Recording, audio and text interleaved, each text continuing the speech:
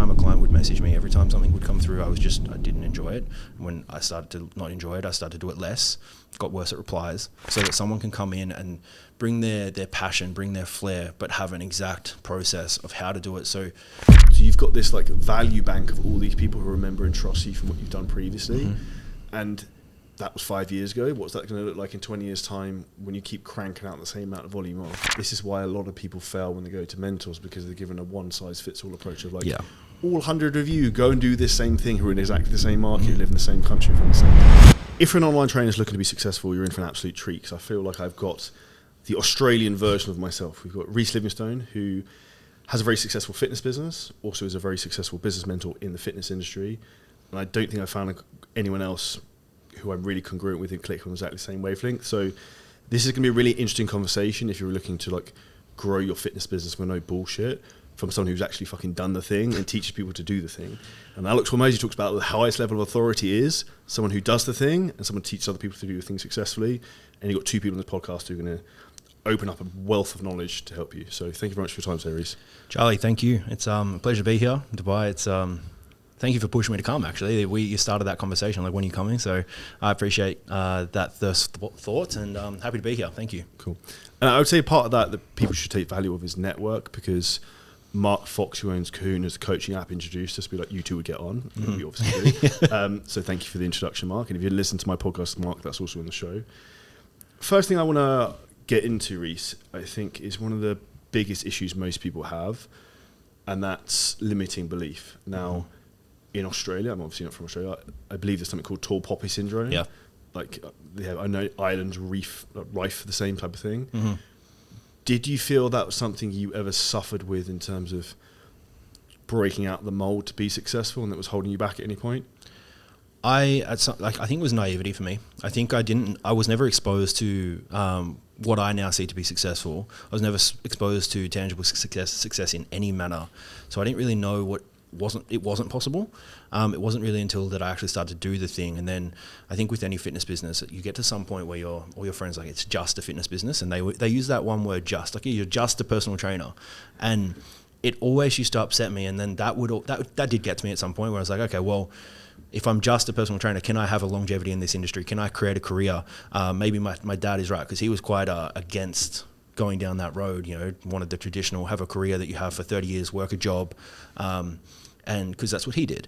And I definitely had my moments when we've had some pretty big failure points, some pretty big downturns of clients. Definitely had points where I'm like, okay, well, maybe they're correct. And I think the Australian culture is very much like you said. It's tall poppy syndrome is rampant, where you start to see someone doing something good, and they will try and find things to point out that it's just luck. You shouldn't get it. Blah blah blah. But ultimately, I think for me, I just pushed through, because I started to see the thing where I could take a change in my life, and I created enough. I had seen enough failure where I saw that time was the enemy, and the only way for me out of that was to build something that was not completely tied to my provision of time, and that's the constitution of a job. And this is why I say to probably 99% of people listening to this, you got what I like to call the golden handcuffs, where you earn good money, but you can't fucking step away. So I'll give a good example. One of my favorite things I do twice a year, I go to the Maldives, as like tropical paradise, 4 hours from Dubai. Yep. I don't take my phone. Amazing. No one can contact me. Amazing. And then the first time I did it, I'm not going to lie, I was shitting myself. Like, like you get, like, everyone who has a business is like paranoid. Like, Instagram's going to save my account, Facebook's going to shut down, Stripe's going to shut me down. Yeah. I'm going to come back into carnage. I came back and nothing happened. Like, everything had continued without me. I was like, I've done it. I actually have a business that works, and I've replaced myself. Like, well, and that's the thing. I think that's where I actually had this question the other day. One of my clients said to me, like, how do you know it's a business? When is it a business? And my initial answer is like, when you sell something to someone, and it's not the case, right? Especially in our business where it's client provision, or at least for most personal trainers, it's service provision. You ultimately have 30, 40, 50. The amount of clients you have is the amount of bosses you have, because you work on their time and their schedule, and you owe them their responses, and their expectations need to be met. That's the definition of a boss. And for me, it was like, it really became a business when I could step away from that, and I didn't have to do that anymore, and the business could still take a profit and turn money. And there's been some eye-opening points and similar where we've gone on holidays and things have happened. So it's like, oh, it's not that bad, right? The business ran. Something just distinctly came into my head. I remember we all have a limiting belief that we have to do everything in the business. And one of those biggest things might be sales consultations with clients. And I had that for a long time. They're like, no one will buy a program if I don't talk to them. And then I remember sitting on my birthday with my ex-wife at the time in the Jumeirah Madinat Hotel in Dubai, ironically. And I was at the Chinese restaurant that's banging, by the way, probably eating Peking duck. And I remember a 3K PayPal payment came off my phone. I was like, holy fucking shit. Yeah. I was like, the system works. Like, I don't have to do all of this. Yeah. And I think that's, you have huge limiting beliefs that are like smashed for you. And for me, that was one of the big ones at the time. What would you say is the biggest limiting belief you had to break to get to where you are now? I think I had to accept that at some point, if I wanted to go down the road of the business growing, I had to accept that meant I would become a bad coach. And I loved fitness, and I still love fitness myself, and we were talking about this off camera, but there was a point in my career where I knew that for the business to scale, I needed new people. And so I hired people, right? But then I still kept doing the service provision. I still, servicing clients, and I think I had maybe 75 individual clients as we were still growing the other people. And it got to a point where I just realized that every time a client would message me, every time something would come through, I didn't enjoy it. And when I started to not enjoy it, I started to do it less, got worse at replies, and overall became what I would constitute now as a pretty bad coach. And I admitted that to all my clients. I said, hey, look, I'm no longer in this. I'm no longer as passionate about this as I once was. But I've now built a team that I trust and that are amazing at what they do. And I just started to siphon them off into, the appropriate coaches that would be best suited. So I needed to, for me, the limiting belief was I had to be the service provider. And that then grew into, I was always doing the sales. So I had the best track record for sales, and then had to train the team to emulate that. And we have, interestingly enough, we've built the sales internally. So all of our coaches initially did the sales. We've now just started to recently outsource that as well. But there was a very big limiting belief that I have the skill set, maybe the charisma, maybe the specific gift of those specific words, and I couldn't teach that. And it wasn't until I actually I'm a very systems oriented person, so I started to map out, what do I say, how do I say it, when do I say it, and started to break down like a script of how I sold. And that was a very big limiting belief break where once I could systemize the approach, create a standard operating procedure, I could then teach it, break it down into segments, don't script it, but teach a framework. Because once I taught a framework, anyone could come in with their personality and go, I can now work off this rather than just sell to a script. And so, breaking through just all points of service provision. I think I've done it at every point in the business. It's either been the service, been the sales, it's been the marketing, the tech, the automation. There's been points where I've just I can do it better. And it's not until I just release that and go, well, no, I need to hire someone. If it comes down to capital, right? You've got leverage, capital, tech, media, right? If you have enough capital, you can find someone better than you. And that was where I had kind of realized, we've got enough money in the bank why do I have this ego to say I can do it? Why don't I just find someone better than me? And that's what I did. And that's how you get leverage, and that's how you get your time back to then focus on the next thing. And I think the biggest thing most people don't understand is that you can have control or you can have growth. You can't have everything. Absolutely. If you try and do everything yourself, then you can do that. And I reckon I could probably pretty much hustle on my own to 7 figures a year and just do everything. Yep. I could probably have a VA, and I could coach, and I could sell, and I'd make a lot of money. It would be fucking a grind, and I probably wouldn't enjoy it, and I'd probably only do it for a year, and then be like, fuck this. Yeah. But doable. But it's doable if you've got the mindset and you're talented enough. And I think the biggest thing that I would say that I can teach someone and you can teach someone is we both have battle scars in terms of stupid shit that we've done. That's a really bad idea that you shouldn't do. Yep. What would you say is the biggest mistake you've made, say, in building your fitness business? I think the most obvious would be tax. Okay. Right? Now, in Dubai, lovely, we don't have that here. But in Australia, that was a big issue. Growing to a point when, to kind of rewind the clock a little bit, I first grew the business to a point of reaching a pretty high tax threshold in Australia in a single year. So I went from earning maybe the business was turning over less than $50,000 a year to $350,000 the next year. So there was a big increase of growth, and I hadn't accounted for any margin of tax. I spent that would have been 21. I spent like a 21-year-old that had a horrible relationship with money, and I bought a bunch of shit that I didn't need, and was just definitely operating out of a position of ego and a position of fear, like I was going to lose it all. And then I had a tax bill come through and $85,000, and that I didn't have the money for, that I'd literally just wasted away, and I had to pay down a tax debt over in installments, and that was pretty challenging. So the dumb thing for me was just not having a grasp of my finances, thinking that like all the money that the business earned was mine to keep. I didn't reinvest into growth. I didn't actually look into how can I take that money somewhere else, and how can I even look for more talent, more staff? How can I make it grow without me? I just thought, well, I'll just keep doing this thing and it'll move. What you said there is interesting, because I said this to a few people recently. Actually, one of the biggest issues they have in their business, their profit margin is too high, and that's why they're not growing. Yeah. If your profit margin is like 80%, it's like, what are you doing with it?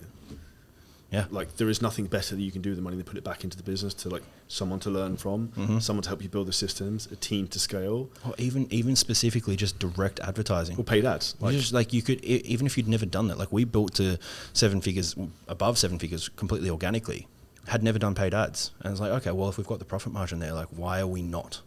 So that's what we've done. We've only just started moving into paid advertising now, but if you have an 80% profit margin, I agree that you're growing yourself into a point of constraint. And I often talk to clients about this often, where I don't think there's not many rules. There are no rules in business, right? But I think when we go into something such a deep rabbit hole of there's no rules, we then have no guidelines of what should we aim for, and like what is a healthy profit margin that actually still allows the business to grow, still has a bit of security, and so on. So I've kind of figured out from, anecdotally, 35% is what we kind of run off, is what we try and aim for, because that just gives us enough operational cash flow to put back into the business as well. And that has served me, has paid dividends to make sure that we can still invest appropriately and, have enough cash in the bank to, if ever we needed to pay out annual leave, if we ever needed to pay out any staff, if there was any problems, we would be safe to do so. I'm glad you said that. And one of the things that people don't understand as well is that the bigger the business you have, the lower the profit margin is going to be. And I think statistically, the average profit margin of US business is only like 9%. Yep. So if you're an online business at like 33%, then you're fucking 3x the average anyway. And the reality is that you can have like 30% of something that makes $1 million a year, or you can have 60% of something that makes 200 grand a year. Like, what do you want to choose? Yeah. Like, it's rather than the slice of the pie, think of the pie itself. Like, how big is the piece? And one of the things you said was thinking about frameworks, and it's interesting because I almost look at like everything in my life in terms of frameworks now. Oh, yeah. And then when you learn the concept of that, you can then teach that to anyone. And I find fitness and business so interesting. It's like they're multifaceted, and the same frameworks almost apply over each other. So like, if you can get in really good shape and say, for example, you can complete, you're very disciplined, you're good with routine, you're very organized, a lot of these things carry over to being really good at running like an online business. Absolutely. Because there's a lot of the same characteristics. Yeah, I've competed a couple of times. The last time I competed was realistically where off the back of that actually built the online growth, because like I rolled that discipline into something else. And for me, I'm very hyper logical, and I hyperfixate on things, right? I've spoken to my psychologist quite often about this. She tends to think that I've got ADHD, where I hyperfixate and I will go all in on certain things, and then I cannot be distracted once I'm there. But if I'm not focused on one thing, I'm everywhere. And for me, that shift from comp prep to really focusing on growing a business that's kind of where I redirected. All the energy there, and it worked very, very well. That was where we had our biggest online growth.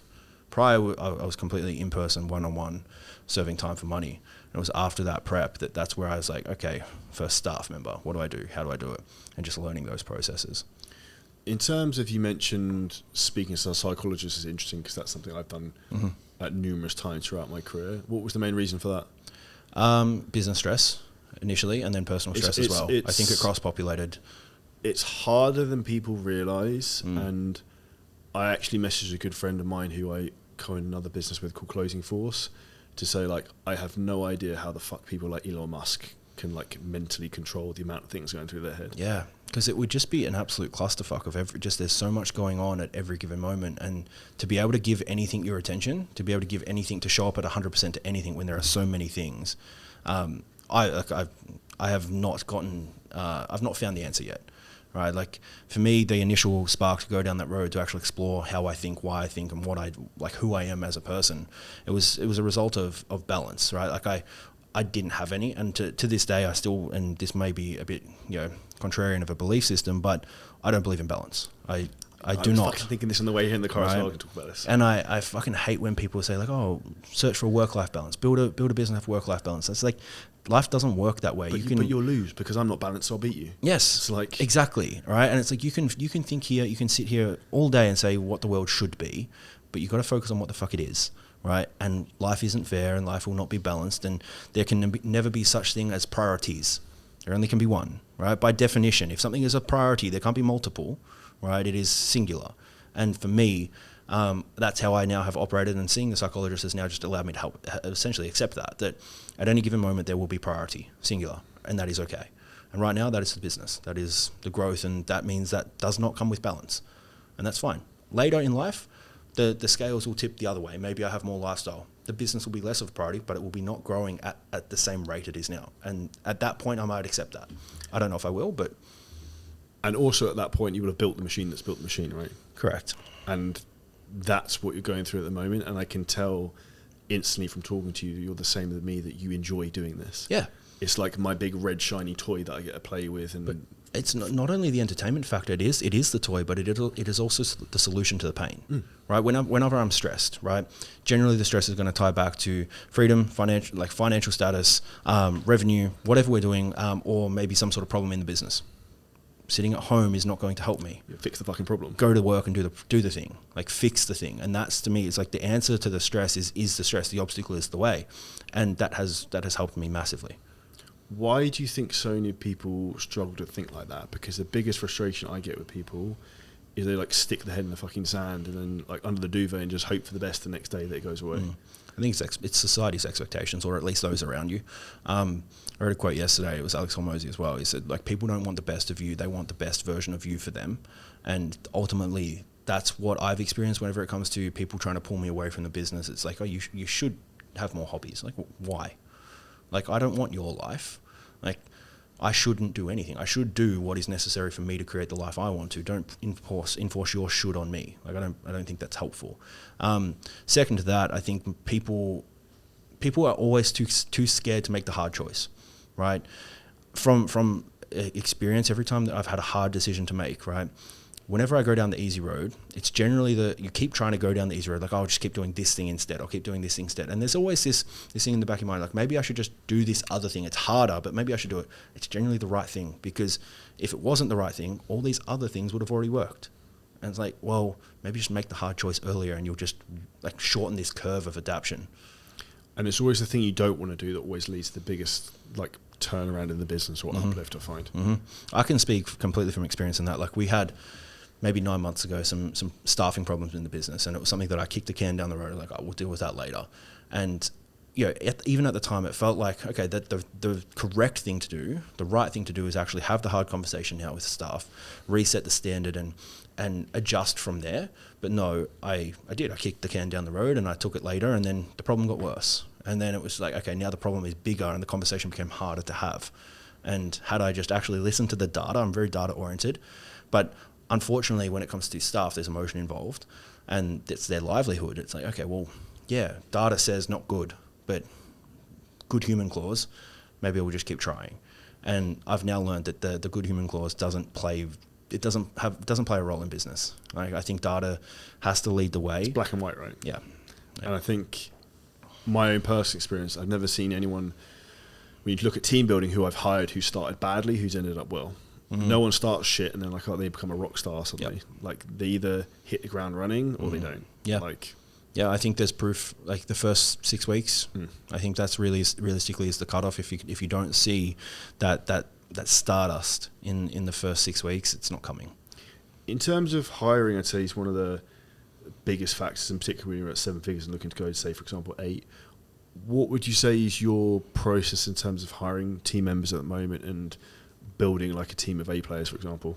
Yeah, I think I love that you use the term A players, because I've had teams of B and C players, people that just move the needle forward and they just do the grunt work. But you have to have that at the start as well, because they're not going to come and work for you if they're fucking the best at day one. I think right now we're in a position we're trying to run leaner, We've essentially gone through a process of readjusting company culture to not just positively influence like profit margins and so on, but to actually like change the service a little bit. So we're now running at our leanest that we ever have, but the next move that we are making is to try and look for, we're essentially trying to headhunt. We're trying to poach the people that are already great at what they're doing, that have the skill set. And previously, like when I've hired, I've said this publicly, I don't care about skill set. I'll teach you how we do it. And I've always hired from essentially the bottom up, right? I'm like, oh, cool. Someone that's fresh, I can teach them how to do it my way and don't have any external influence.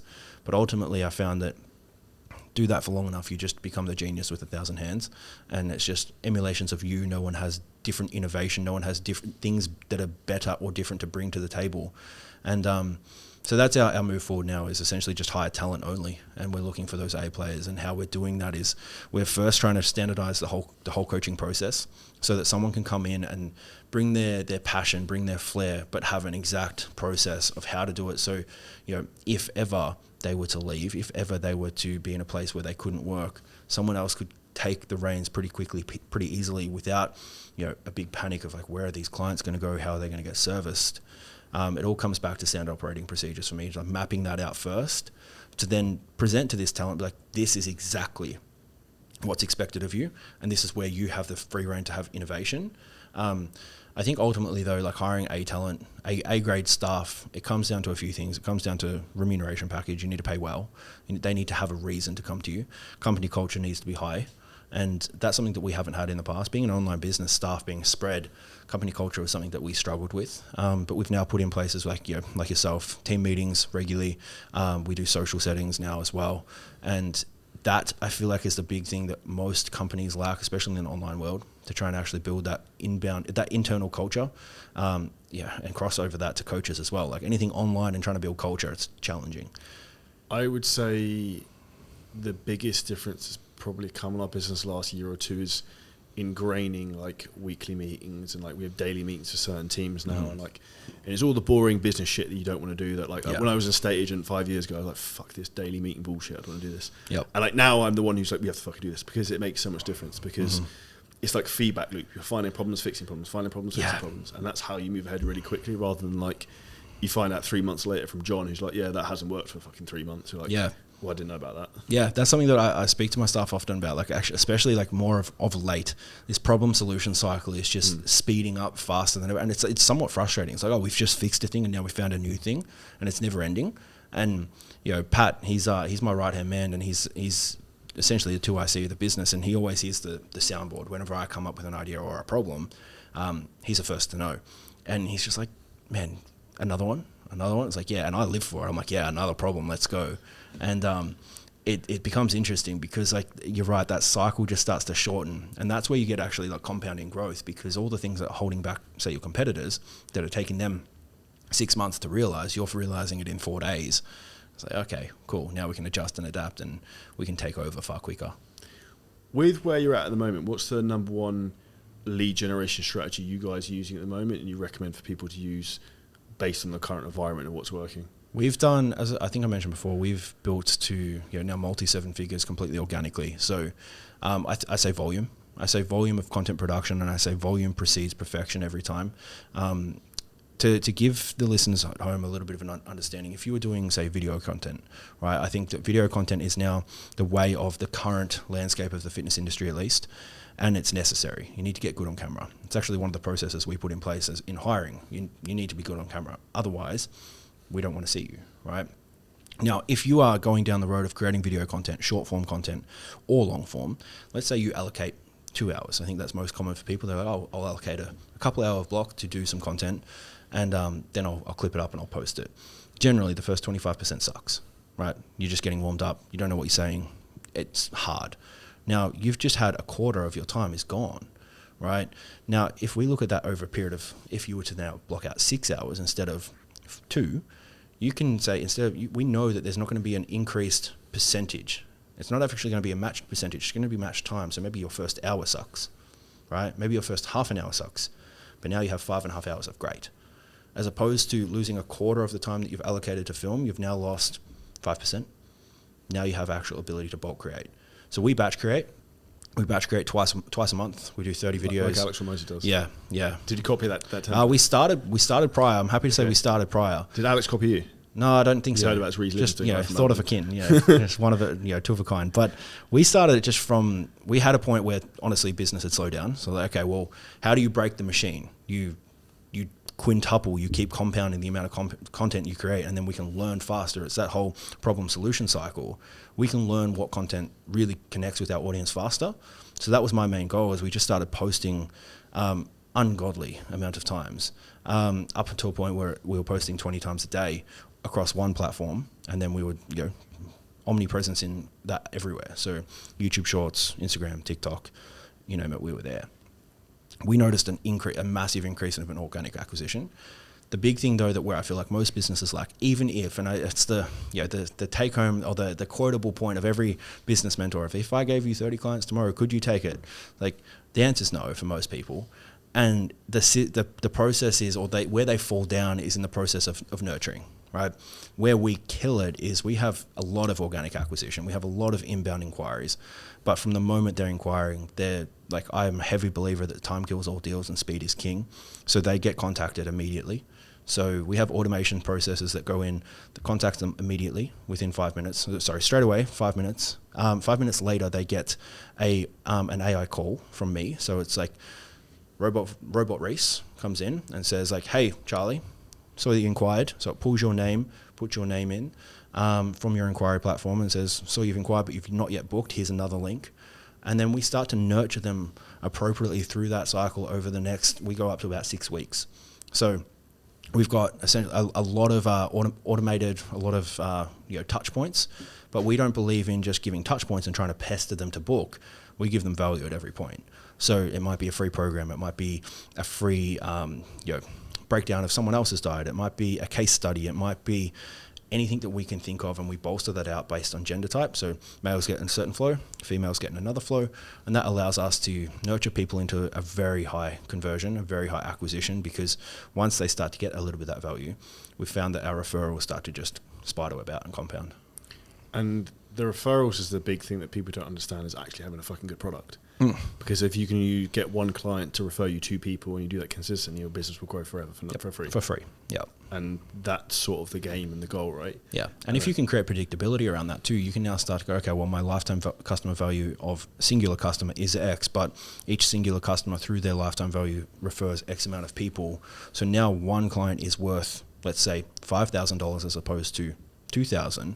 And that if you are going down the road of like paid acquisition and paid marketing, you now know you can pay any less than $5,000 to get one lead and you will make money. And that's basically what we do in our fitness business to a lot of degree. Because I know, for example, we can break even on the front end because we kill it with so much on the back end by retention and referrals. So it's just using clients to acquire more clients. So I don't give a shit if we just break even at the front or even a slight loss. Because I know longer term and big picture, there's a huge ROI on that. And also, as interesting, I looked at this yesterday. I think we had like 35 million reach on our ad account on one of them. We've got like 5 ad accounts. It's like there's an intrinsic value to people just seeing your ads all the time. Yeah, because you're in front of them all the time. They may not be ready now, but at some point. Yeah, and that's the omnipresence thing you spoke about earlier on.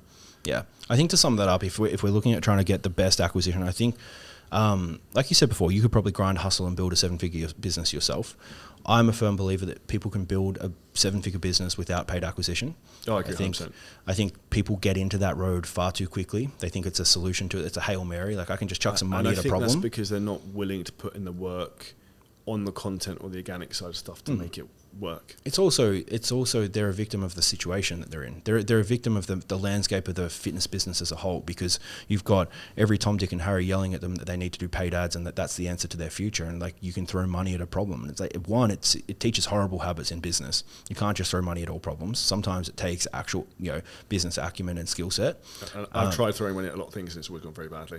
Yeah, and likewise, I think like if you don't learn the lesson, the money's just going to keep moving, right? So rather than falling into this trap of like, okay, well, paid acquisition, like I've spoken to so many clients or so many even consults like that are interested in mentoring, like, oh, okay, well, I just launched my first ads. Like, oh, well, how much are you making? And they've got no business basically. Correct, and they have no cash flow. And they're already in this place. They've been told by some guru on the internet that they need to niche down their market, and they have no cash flow. Like, you haven't earned the right to only train a specific human yet. Okay, so this is a good question, and I was actually having a WhatsApp conversation with someone this earlier. What's your opinion on niching? I don't think it's fucking necessary. I don't think you should until you've got success. Until you've got massive amounts of cash flow. Okay, so I literally had this WhatsApp conversation with a guy on the way here who wanted business mentoring, and he said that he doesn't have a niche and he's really broad. And I was like, fucking perfect. That's amazing. Exactly what you do. Yeah. And he's like, oh, every other mentor tells me not to do that. And you will waste money. And I literally replied to him, it's because they haven't got a fucking fitness business. Yeah. Yeah, because they've saw someone post a thing saying that, in the American accent, riches are in the niches. It's like, yes, later. It's like the old saying of like, every millionaire has 7 streams of income. It's like, no, they now have 7 streams of income. They had one really profitable one at the beginning. Correct. Right, that funded everything. Yes, and now it's like, now they've diversified. You do not need to go down the road of, if you back yourself into a corner, right, before you have cash flow, it's going to be very fucking hard to come out of it. Once you do have the cash flow, you're now pigeonholed into a market that potentially may not serve you long term, right? This is a conversation that comes up quite often. If you've got a market, a horrible market, now, and I mean this objectively, a bad market to work in is young females between the ages of 18 and 21, right? They have bad habits of spending, right? They generally aren't financially stable, and they make emotional decisions, right? And that's from experience. We've dealt with that market for a large period of our time. And let's say you have a minimum term of 12 weeks. Now, and an 80% uptake of after that minimum term. In a market that can't sustain that cash flow over a period of time, or a market that makes an emotional decision exclusively, 12 weeks, they're gone. Now you have to have new churn and new acquisition all the time, right? So if you're in this market to just go, okay, well, I want to work with these type of people because maybe they're popular on Instagram and maybe they're easier to acquire. Yes, easier to acquire doesn't also mean longevity or sustainability. So before you even go down that road of like, well, who should I work with? Who's a good market? Figure it the fuck out. Work with everyone.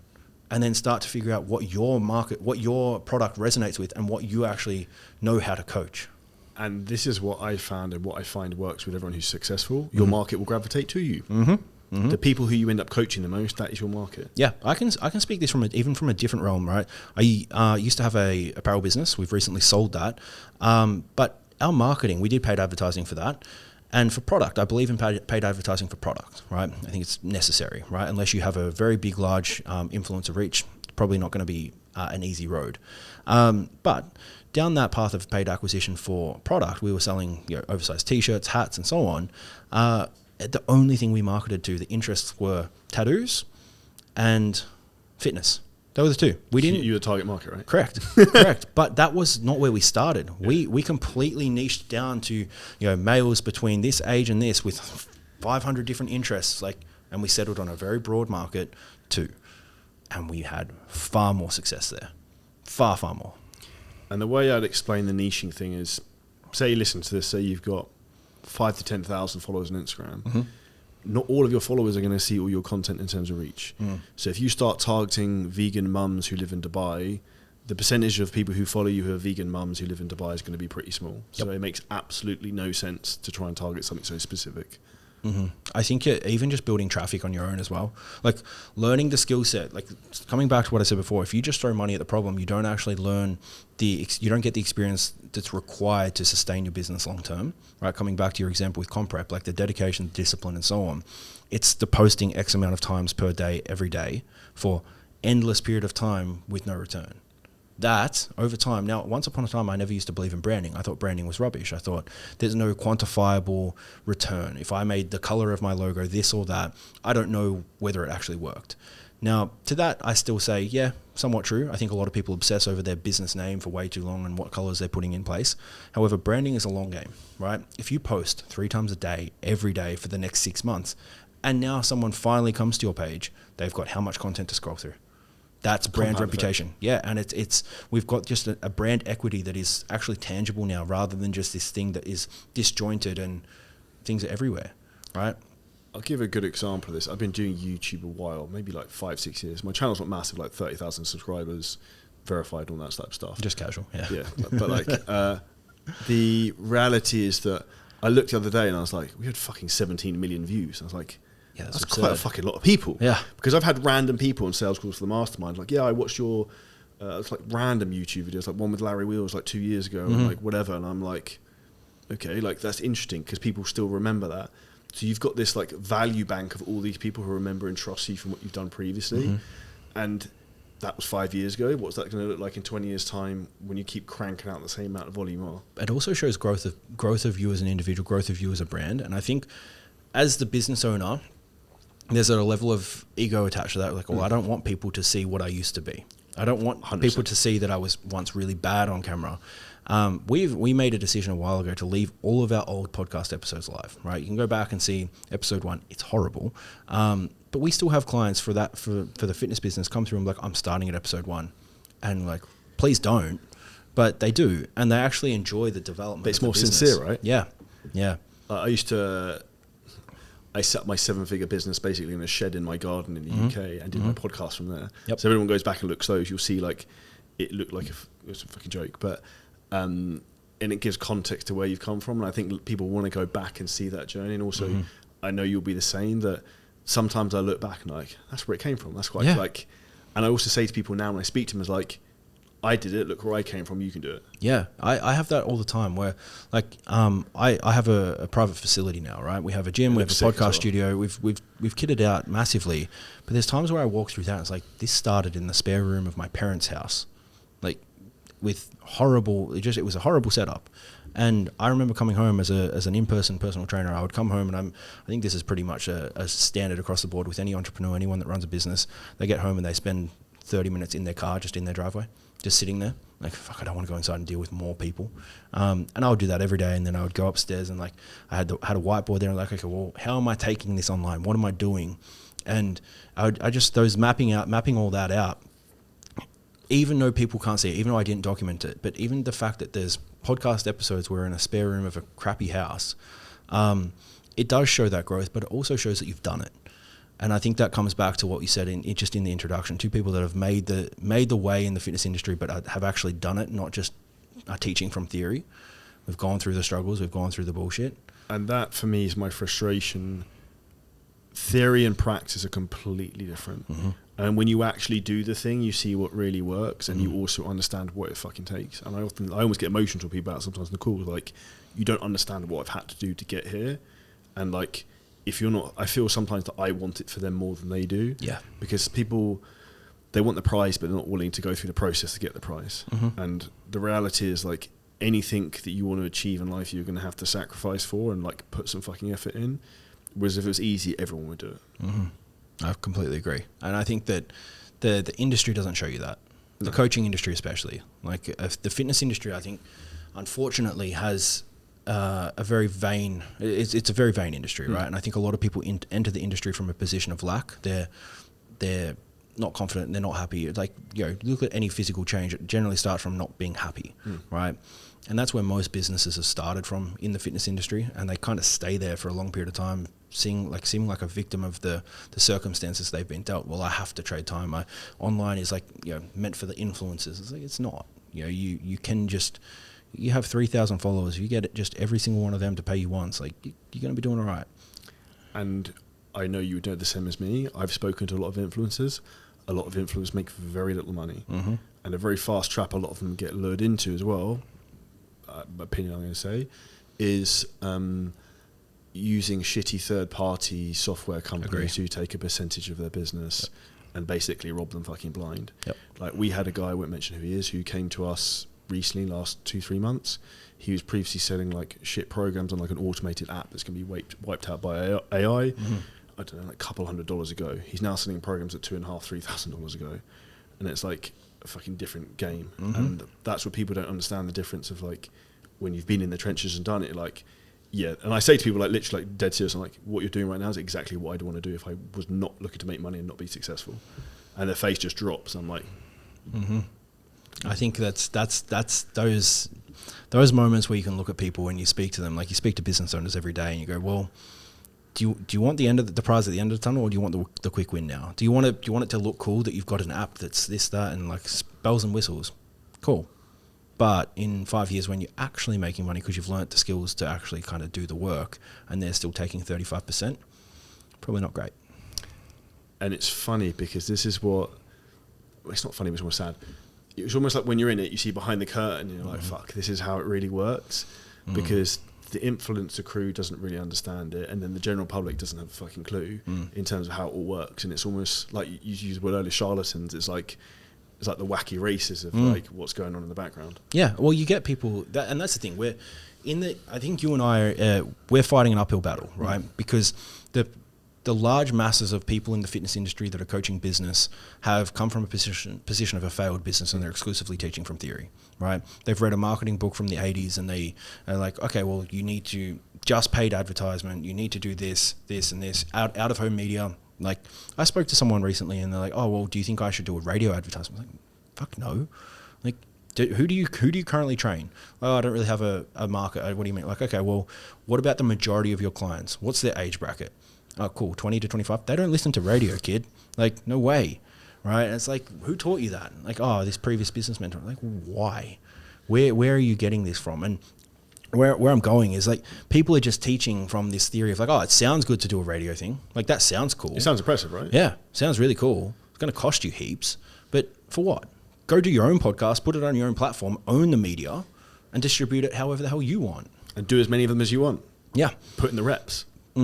Yeah. Slightly different subject, but I'd say the same thing in terms of email marketing for fitness. Now, I would say the scale of my fitness business and your business, yes, it's worth doing email marketing. Agree. But I see fucking retards telling, and I mean swear, because I get frustrated about it, recommending people to run email marketing to fitness trainers who make 5 to 10k a month. It's like, you have no way to acquire emails without running paid ads at a huge volume. You can't run paid ads because you don't have the money to do it. Operationally, it's quite complex to get that to work, and it's more of a long-term game. So why would you go and try and execute something that's really difficult when you've got all this low-hanging fruit with the easy stuff? Yeah. Let's just go and do this first, make more money, and then you can do that further down the road. And not only is it difficult to get right, but it's so long-tailed to test if it works. You need to have someone in that pipeline for months. It's 90 days at least. Yeah. And it's like, okay, well, fuck, you have to build out a lot of writing. Why don't you just go write a bunch of posts, post them? You get the same return. I could talk on this for hours, but I think work ethic. I think people need to readjust their level of what they see to be as hard, and what they see to be a lot. And most notably, I had a conversation literally 2 days ago where I was asked, do you ever get overwhelmed? Like, I feel really, really overwhelmed. This individual client, she said, like, I feel really overwhelmed. Like, it's really hard. I'm like, okay, well, what are you doing? And it listed out her week, her month. Like, how is this overwhelming? Like, you need to readjust. And I think having those conversations, that's something that I pride myself on. I'm quite direct, I'm quite blunt. And I will tell clients that if, like, hey, you just need to work more. Like, you just need to adjust your limiter of what is a lot. Because if it takes you 6 hours to do 3 check-ins, like, you just got to get better. Right? You just got to do more and do more faster at pace, and then you can scale. Like, before we talk about hiring, before we talk about anything, it's like, get good at your thing and get good at doing it really fast, and then get good at teaching it, and then you can scale. And what you just said reminded me of something that I often see people who, to be honest, I end up turning them away not to work with them because I just can't be asked to deal with it. But I've had people before who are like, yeah, I don't have the time. And it'll be like, I don't know, Friday night, 8:30, and I'm PM in the evening, and I'm interviewing people. And like, I go on social media and they're fucking around doing something stupid. I'm like, yeah, like, this is why you have no money and your business sucks, because the values of what you're prioritizing, like you said earlier, is completely skewed. And what people need to understand is, like, you like short-term sacrifice now, it then gets easier further down the line once the business is bigger and has more scale. Yeah. And I would say, to some respects, having a smaller business is much more difficult than having a bigger business, because you've got more of a margin for error in terms of more capital coming in, and also you don't have to press all the buttons yourself. Yeah, like I said before, when you're by yourself, you've got 30 bosses that you need to be held accountable to. Like, if you're servicing 30, 50, 60 clients, they're all yours, but they own you. And it's like, that's a very hard place to be. And I think that's where a lot of people in our industry especially, they get to a point where, like, they're maybe making their first $100,000. They're like, oh cool, I've made it, right? I've hit my first milestone. But then they struggle to break through from that $100,000 to the $500,000 because all they're focused on is time provision. And, I have conversations all the time. It's like, well, you need to just actually systemize your process. You need to make it more efficient.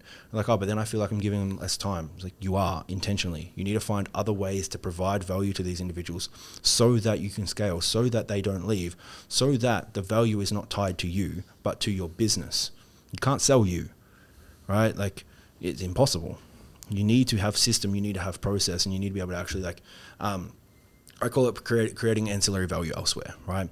You need to try and make sure that you provide value to them that is not tied to you and your person, you and your time, right? If you can do that, you can, one, charge infinitely more, but two, you can just start working with compounding amount of people, and then it gets to a point like, okay, well, now my previous cap was 40 clients, now my cap is 80. Okay, could I systemize anything else? Like, yeah, you probably could, but maybe you need some more time to do that. Maybe you need some more brain capacity to actually think that through. Now's the time. Outsource, hire a new coach, new person, bring someone in to take care of some of that service provision, buy back some of your time. And this is where I hate people when they have a smaller business, right? And they're like, okay, I've made my first hire, I've bought back some time. I'm like, cool, what are you doing with it? Because if you do nothing with it, now you just have a cost. You're paying someone to do something you were doing. Oh, but lifestyle balance, like, it's not time for that yet. Right? If you've just bought back time and do nothing, the balance yet. Correct. If you've just doing nothing with that time, you're now losing money. You need to do something now with that time. You've bought the time back to create more leverage in some other portion of your business. I would also say the other big pitfall people get into at that point is thinking they're too good to do certain things. Oh yeah. So whether that's like replying to their own DMs, they don't want to take their own sales calls, and it's like, the reality is I still do a bit of that all the time. Like, if I see something, I'll just reply to it. Yeah. And sometimes I like doing it to prove a point of like how much better I am in terms of like than they are, and like that's like a superiority complex in terms of like you want to be the best in your business, but you also need to do that as the business owner to like prove a point of like. Well, it's respect. Yeah, it's you can't be just the is it Simon Sinek has a book that Leaders Eat Last? Yeah, I've read it. It's good. Like, you can't be from your iron tower just shouting down at everyone to do everything. You need to prove that you have done it, can do it, and still can do it better.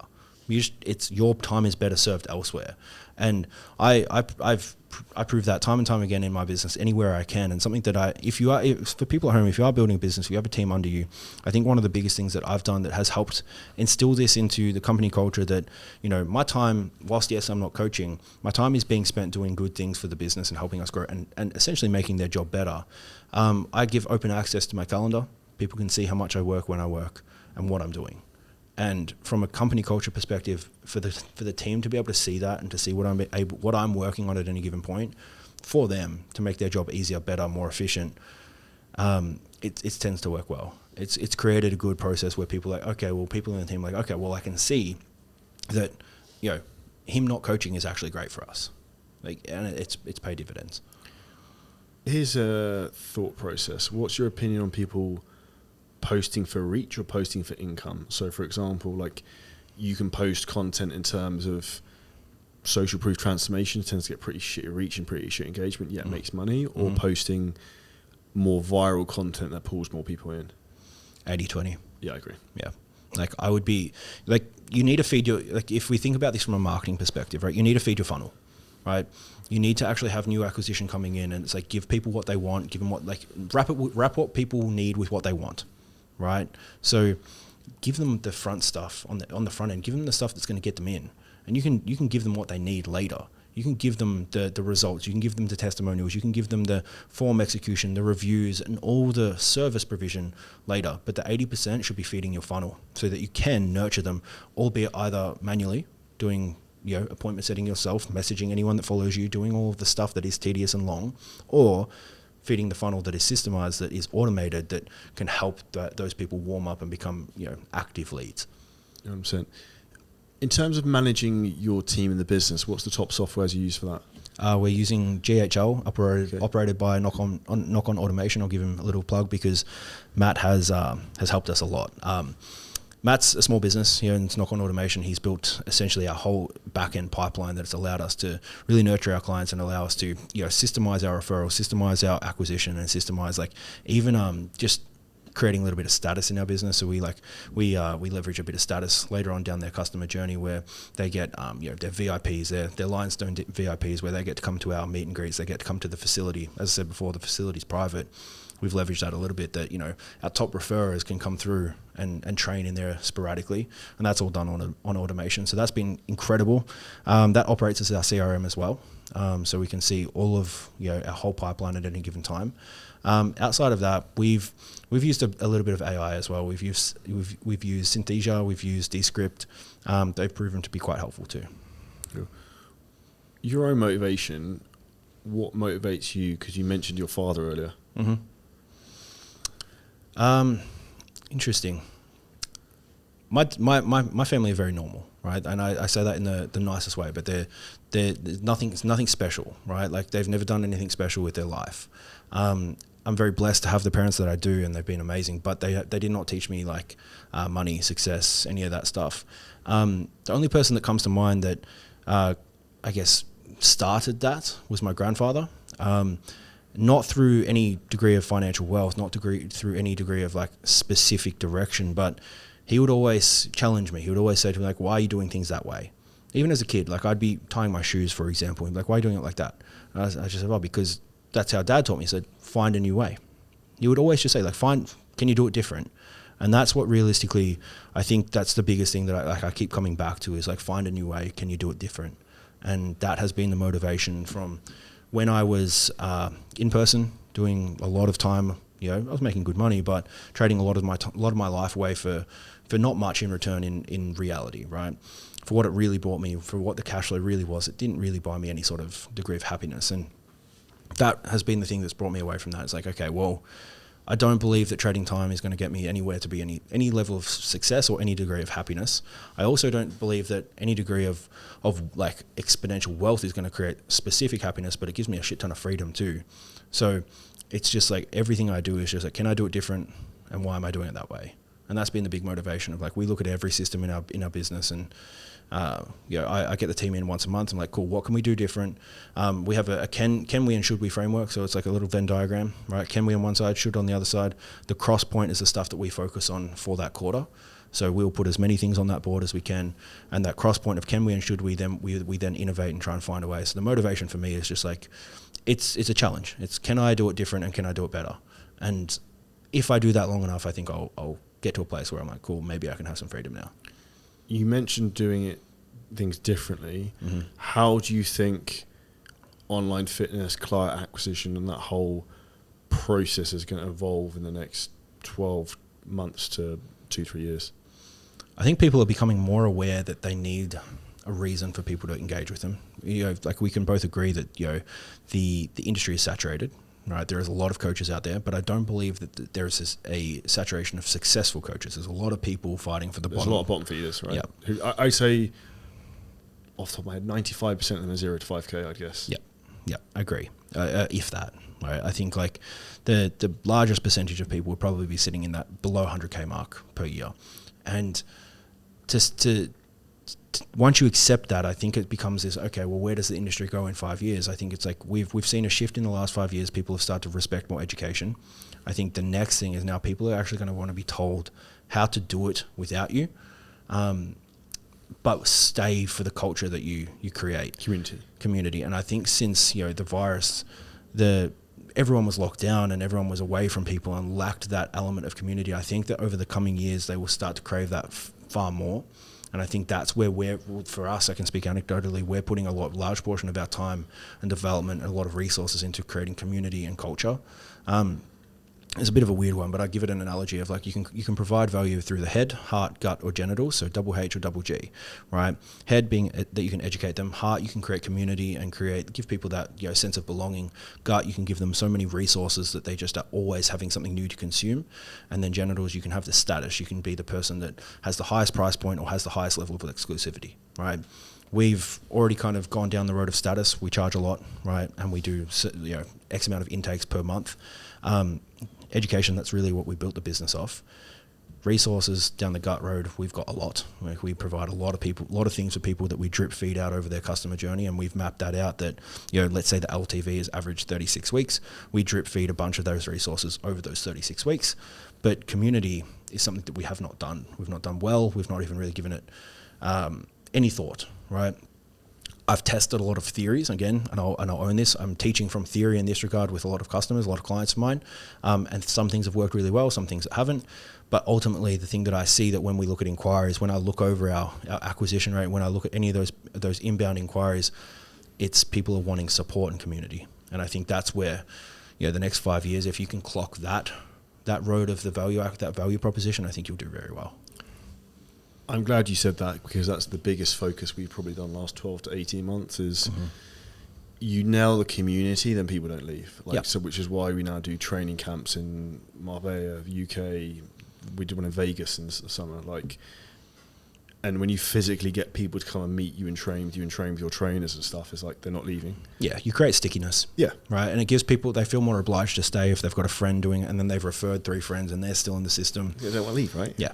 Yeah. It's you want you to be part of the club, and that's, or like they've got their partner to join, and Yeah. like that's when we came back to, we spoke earlier in this podcast, is like using clients to acquire more clients. And like from my side of things, like our team often says to me, like, it's pretty expensive to fly everyone to fucking Vegas and put them all up and do all this other stuff. But we mentioned earlier in terms of like team culture, really fucking good. They're super happy. And just understanding your numbers, knowing that one person, they've also paid for 3 other.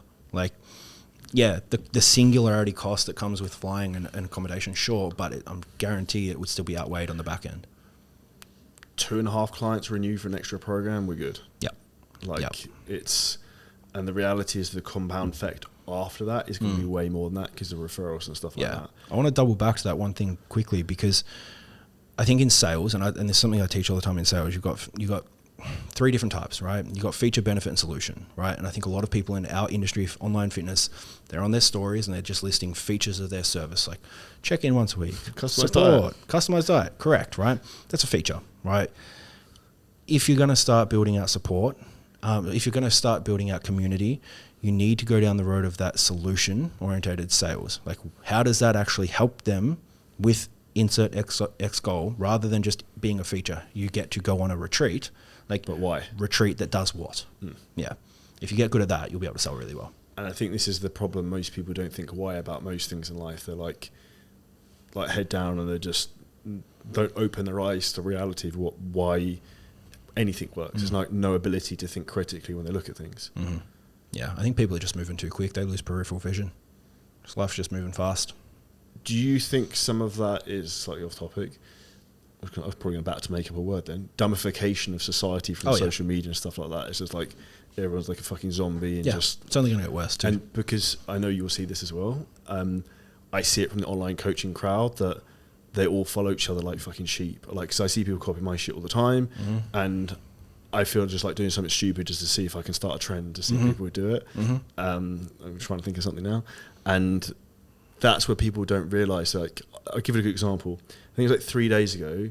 I think I saw like 6 people launch a 12-week challenge exactly the same time, and I know who they're mentored by, all doing the same thing. I'm like, this is like fucking retarded, right? Yeah. And I was like, and this is my personal opinion, this is why a lot of people fail when they go to mentors, because they're given a one-size-fits-all approach of like, all 100 of you go and do this same thing who are in exactly the same market, who live in the same country, from the same town. Yeah, there's a group, we'll call it, in Australia, that one mentor sits at the top, and it's very pyramid scheme-esque. It seems like, you join me, and then you then all become mentors as well in your own rights, in your own business, but you'll get my packs, my systems, my fonts, my Canva templates, launch and go, right? And unfortunately, the markets that they're choosing, they tend to buy into it. But it's like, I've spoken to people that have gone down the road with the mentoring of people that are just selling cookie cutter approaches to mentoring. The lifetime customer value of the people that they're attracting is very low. They get a volume up front because they're very high on emotion. They're leveraging emotional purchase very, very well. Power to them, amazing. But if you exclusively sell an emotion but don't actually provide logic later, people leave because emotion is fleeting. And that's where I've noticed it. Like, the people that are providing the one size fits all, they're leveraging emotion. They're trying to teach how to use neurolinguistic programming to manipulate people to buy the thing. But then how do you keep them? The problem is with that one size fits all, there's no actual business acumen that's taught. There's no system, strategy, process. Self-development. Yeah. It's just take this and go because it worked for me. But they are forgetting that the people that they're selling to are not them. And they don't have the personality. They maybe even don't have the work ethic. And that's something that I'm very big on, that like, okay, maybe we're all inherently lazy, right? As entrepreneurs, maybe we want to build a thing that one day we can do nothing. We probably won't, but we have this thing in the back of our mind that like, hey, we just like to maybe do nothing, but we just love the game too much to keep playing. And I think that describes a lot of us in this world very well. And a lot of people get into that position where like, okay, well, I just want to hand off what I've done and give it to other people and charge a lot of money for it, but then just not have any responsibility on the back end to make sure it actually works. And that's where with our industry, there's no accountability. There's no one's willing to sit behind their service, and very few are willing to sit behind their service and say, hey, I know this will work, and I will actually provide you the nuance to make sure it does. And I'll coach you. That's the difference between a business coach and just a business mentor, and someone that just gives you a thing. And most people just give you a video database. Correct. Yeah. And that inherently is a problem, because information isn't the issue we have nowadays, it's the lack of implementation. Yeah. But that's exactly where I was coming before. Going down that value proposition of gut.